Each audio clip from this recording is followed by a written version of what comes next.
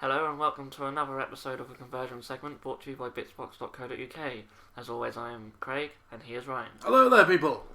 We have two conversions to talk about today, what have been sent in to us by our listeners. And the first one has been sent in to us by Jerome Brugman, and I really hope I pronounced that correctly. If not, I apologise. And they have sent in a converted female Dark Eldar Archon. And the reason I chose this one to talk about this week is because there's just so many different bits used for this conversion. It's a very unique looking conversion, and it makes a good centerpiece for. Oh, definitely, yeah. It's straight away you notice it's completely different from anything else that Games Workshop have done for the standard models. So this person has definitely put a hell of a lot of effort into creating something that's very unique. Yeah, and they also sent in a picture of it unpainted as well, showing where all the little different bits are, which is really cool. So I'm going to run down the list of bits. The torso is from the Dark Elf Sorceress Morify.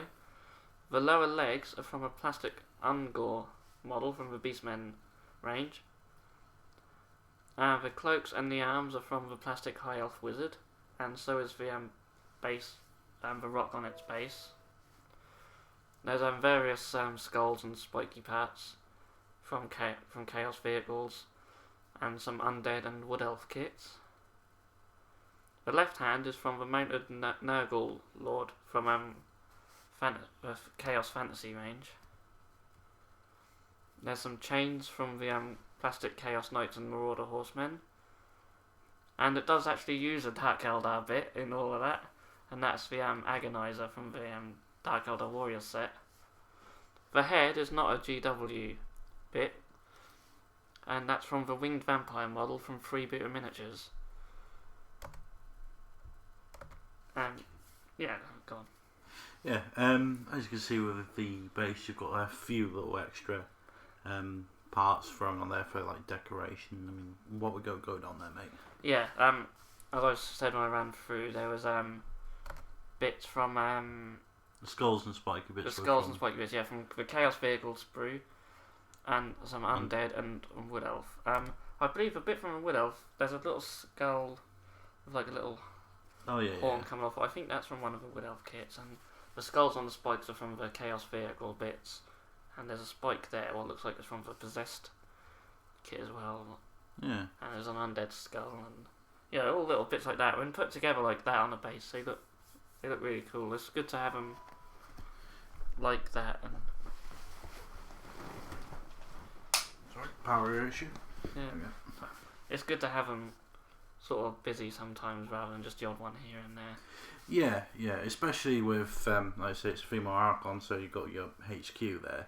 HQs are always bound to look more flashier than any of the other models, because that's it. So it is definitely worth putting effort into their bases. Yeah, that's what I like to do as well. So yeah, they've done a very good job on this model. I just like what I like most about it is that it uses one Dark Eldar bit, and it's a Dark Eldar model, and yeah, and the fact it has boobs. There's very few female models in the 40k range, so yeah. I mean, obviously, a lot of Dark Eldar players will use stuff from the Dark Elf range because there's a few more sort of female models there, and this person's done it very well.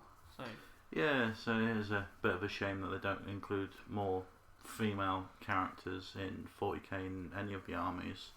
And my old gripe is that they should be redoing Sisters of Battle, but they consistently ignore me.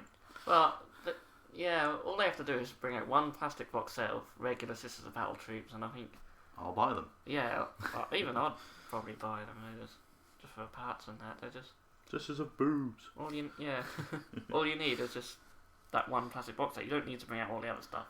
Well, they did have a plastic box set quite a few years ago, but then they discontinued it, and it's like metal. So yeah, I mean, what are they like? £10 for 3 of them. Yeah, and rulebook says you need at least 9 of them plus your sergeant. Yeah, just for one squad. Choice, so you're looking at about 35, 36 quid. Yeah. For a squad. Anyway, we're going off. Sorry. Yeah. Let's move on to the next conversion, and this was sent in to us by a guy called Nick. he didn't give us a massive description of it, but we're going to enjoy going through it. Yeah. From what we can see, what it is it's just a massive orc tank, basically. I mean, you can see straight away it's made from 2 bane blades, as well as some bits from the orc battle wagon. Yeah, so instantly you know the size of this bugger. Yeah. So to say 2 bane blades, it's more or less the same size as a small, RC car. So having this on the battlefield, it's got to be wider than my laptop or what we're looking at now. So. Yeah, you're right. Yeah, looking at the lappy, it is a big bugger anyway. Yeah. So we've got instantly you can see the 2 green squig and a purple squig. Yeah, there's a big green squig. It's sort of like on a plank, and it's making a Imperial Guardsman walk the plank. I didn't actually know. There is a sort of pirate theme here because he's got like the freebooter style orc boys with like the pirate hats and that. So that's pretty sweet. I mean, you got cannons on the front as well. Yeah. Are they more squigs or are they orcs? Yeah, there's there's smaller squigs as well. Yeah. Yeah, this guy likes his squigs. Yeah. Definitely sort of a moving fortress type style. He's used what looks like the floor tiles from the Imperial City on there as well.